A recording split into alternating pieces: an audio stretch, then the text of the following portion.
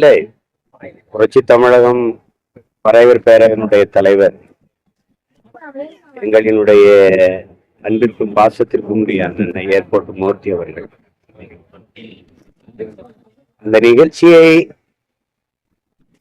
அந்த நிகழ்வை பார்த்த எல்லாருக்கும் தெரியும். அத தாக்க வந்த தம்பிகள் சுத்தி அவரை வளைச்சு தாக்கும் போது அவர் வழி இல்லாம தடுத்ததுதான் அவரு சண்டை போட்டாங்க. இதுல இந்த அளவுக்கு இவங்க வழக்காக்கி அதை சிறைப்படுத்துவாங்கன்னு நாங்கெல்லாம் எதிர்பார்க்கல. இல்லைன்னா உங்களுக்கு முன்னமே முன்பினை எடுத்து இது பண்ணியிருக்கோம், பாதுகாத்திருக்கோம். அது திடீர்னு ஒரு சிறைப்படுத்தினாங்க. சரி, அதை பிணைக்கு முயற்சிக்கும் போதே படக்குன்னு குண்டாஸ் போட்டாங்க. இங்க இருக்கிற ஒரு பெரிய இது என்னன்னா, கடந்த காலங்கள்ல என் மேல போடப்பட்ட வழக்குகளுமே ஒரு பேச்சே தேசத்திற்கு பாதுகாப்புக்கு பிரச்சனை இருக்கு, தேச பாதுகாப்புன்னு இன்னையெல்லாம் 3 மாதம் 6 மாத காலங்கள்லாம் சிறையில தொடர்ந்து அடைச்சாங்க. ஒரு முகநூல்ல ஒரு பதிவிடுவது, ஒரு அரசுக்கு எதிராக ஒரு கருத்தை பதிவு செய்வது, பேசுவது, இதையெல்லாமே குண்டாசுன்னு சரி. எது இந்த குண்டாசுக்குன்னு ஒரு வரையறை இருக்குல்ல, இது எதை செய்யறது? அப்போ கொலை நாங்கெல்லாம் பார்க்கும்போது கூட்டமா போய் கொலை செய்யறது, அதெல்லாம் குண்டாசு ஆட்சி, குண்டாசு ரூல், இதெல்லாம் குண்டாசு வேலை அப்படின்னு பேசுறது எழுதுறதெல்லாம் குண்டாசுல வந்துருச்சுன்னா அப்ப உண்மையிலே குண்டாசு எது? மலையை வெட்டி கொண்டு போறவன், கொலை செய்யறவன், வன்புணர்வு செய்து கொலை செய்யறவன், ஊழல் லஞ்சம் பெறவன், மலைகளை வெட்டி ஏத்துறவன், மணல் அள்ளி விற்கிறவன், இந்த மாதிரி அநீதி செயலை செய்யறவன்லாம் நேர்மையால நல்லவன். இது அதை எதிர்த்து பேசுறவன் குண்டாசுன்னு. இது எப்படி என்ன சொல்ல தோணுதுன்னா, அம்பேத்கர் சொல்றாங்க அதிகாரம் மிக வலிமையானதுன்னு சொல்றாங்க. ஆனால் இந்த அதிகாரம் மிக கொடுமையானதா இருக்கு. அதுதான் இங்க இருக்கிறது, ரொம்ப கொடுமையானது இருக்கு. இதுல இவ்வளவு காலம் வச்சிருக்கணுமா? இப்ப நீதிபதிகள் அறிவுறுத்தல் குழு என்று போடுறாங்க, எனக்கும் போட்டாங்க 2-3 முறை 2 முறை. அது என்ன? அது எதுக்கு அறிவுறுத்துது? என்ன அறிவுறுத்துது? எல்லா விளக்கங்களையும் கேட்குது, விளக்கங்களையெல்லாம் நம்ம ஒப்படைக்கிறோம். இது பொய்யா இப்படி தேவையில்லாம பழி வாங்குறதுக்காக புனைப்பட்ட வழக்கெல்லாம் ஒப்படைச்ச பிறகு இல்ல இந்த குண்டாஸ் போட்டது செல்லும்னு சொல்லுவாங்க. அப்புறம் அந்த அமர்வே அவசியமற்றது. இப்ப இந்த வழக்கை இவ்வளவு காலம் எடுத்துட்டு இவ்வளவு காலம் ஒருத்தரை சிறையில வைக்கணுமா? இது திட்டமிட்டு அவர் குரல் வலையை நெரிக்கணும், அவர் நடவடிக்கை செயல்பாடுகளை முடக்கணும், அவருடைய பேச்சு சிந்தனை கருத்து மக்களை போய் சென்றடையக்கூடாது அப்படிங்கிறத தவிர, ஒரு அரசியல் திட்டமிட்ட பழிவாங்கலை தவிர வேற ஏதாவது இதுல நோக்கம் இருக்க முடியுமா? அது 90 நாள்ல கொலை பண்ணவன் வெளியில 90 நாள் தான், 30 நாள்ல வெளியில வந்தவன்லாம் இருக்கான். உரிய சான்றுகளோட நிரூபிக்கல அப்படின்னு, சான்றுகளோட நிரூபிக்கல, அந்த குற்றத்தை உறுதிப்படுத்தலைன்னு வெளியில விட்டதுல இந்த காட்சியை பார்த்தவங்களுக்கு தெரியும் அவர் மேல குற்றம் இல்லைன்னு. சரி, கைது பண்ணிட்டீங்க, சிறைப்படுத்திட்டீங்க, அதுக்கு குண்டாஸ் போட்டு 4 மாசம் 5 மாசம் வைக்க வேண்டிய தேவை என்ன இருக்கு? அவரை சார்ந்து குடும்பம், அவருடைய வருவாயை சார்ந்து குடும்பம், அவருடைய பிள்ளைகள், இப்ப தந்தை இல்லாத கணவன் இல்லாத அந்த குடும்பத்தை நிர்வகிக்க அவர் துணைவியார் வீட்டுல இருக்கிறவங்க எல்லாம் என்ன பண்றது? வாடகை வீட்டுல இருக்காரு, சரி வாடகை யார் கட்டுவா? இதெல்லாம் சமூகம் எப்படி எதை நோக்கி நகர்ந்து போகுதுன்னு பாரு.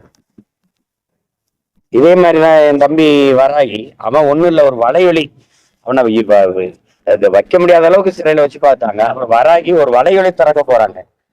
வலையொலி திறக்கிறது காலையில என்னைய வச்சு, நான் திறக்க போகும்போதே கூப்பிட்டுட்டேன், என்னை கூப்பிடாத, என்னை வச்சு திறந்தேன்னா அது ஒரு பிரச்சனை ஆகும்.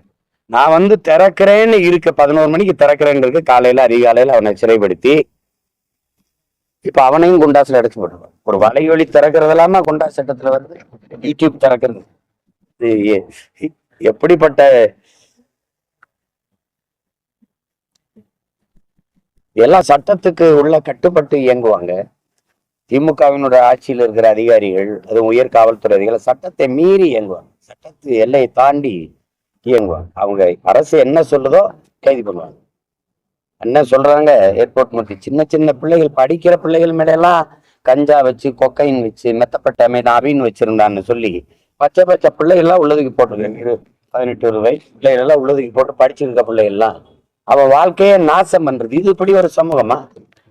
நாடெங்கிலும் போதை கலாச்சாரத்தை உருவாக்கி விட்டு தூக்கி தூக்கி பிள்ளைகளை உள்ள போட்டு அவன் எதிர்காலத்தை அழிக்கிறது. இது நல்ல சமூகத்தை, அறிவார்ந்த சமூகத்தை, ஒழுக்கமிகுந்த சமூகத்தை, ஆரோக்கியமான சமூகத்தை உருவாக்கி நல்ல நாட்டை கட்டமைக்கிறது இதுதானே. இதுதான் சமூக சீர்திருத்தம், சமூக மேம்பாடு, சமூக ஒழுங்கு, நல்ல நாட்டை உருவாக்குகிற சிற்பிகளுடைய வேலை இதுதானே. எப்படி கொடுமை இது. நீதிபதிகளுக்கும் தெரியணும். நேரம் கேட்டா ஒரு 10 நாள், ஒரு வாரம் தானே. ஒரு மாதம் தள்ளி வைக்க வேண்டிய தேவை என்ன வருது? இந்த வழக்கை ஒரு மாதம் தள்ளி வச்சு 1 மாதம் உள்ள வைக்கணும், அவ்வளவுதான். தன் விருப்புக்கு இயங்குவது சட்டமும் நீதியுமா இருந்ததுன்னா நாட்டுல என்ன நீதி இருக்கும், என்ன நேர்மை இருக்கும், என்ன தர்மம் இருக்கும், என்ன சட்டம் இருக்கும், அதுல ஒழுங்கு இருக்கும். கொடுமை இது. என்ன பண்றது? அதனால இத ஒண்ணு இல்ல, நாங்க போராடி சட்ட போராட்டத்தை செஞ்சு வெளியில எடுத்துட்டு வருவோம். வருவாரு, அதான் சொல்லிட்டு வந்திருக்கு. வேற ஏதாவது கேள்வி இருக்கு?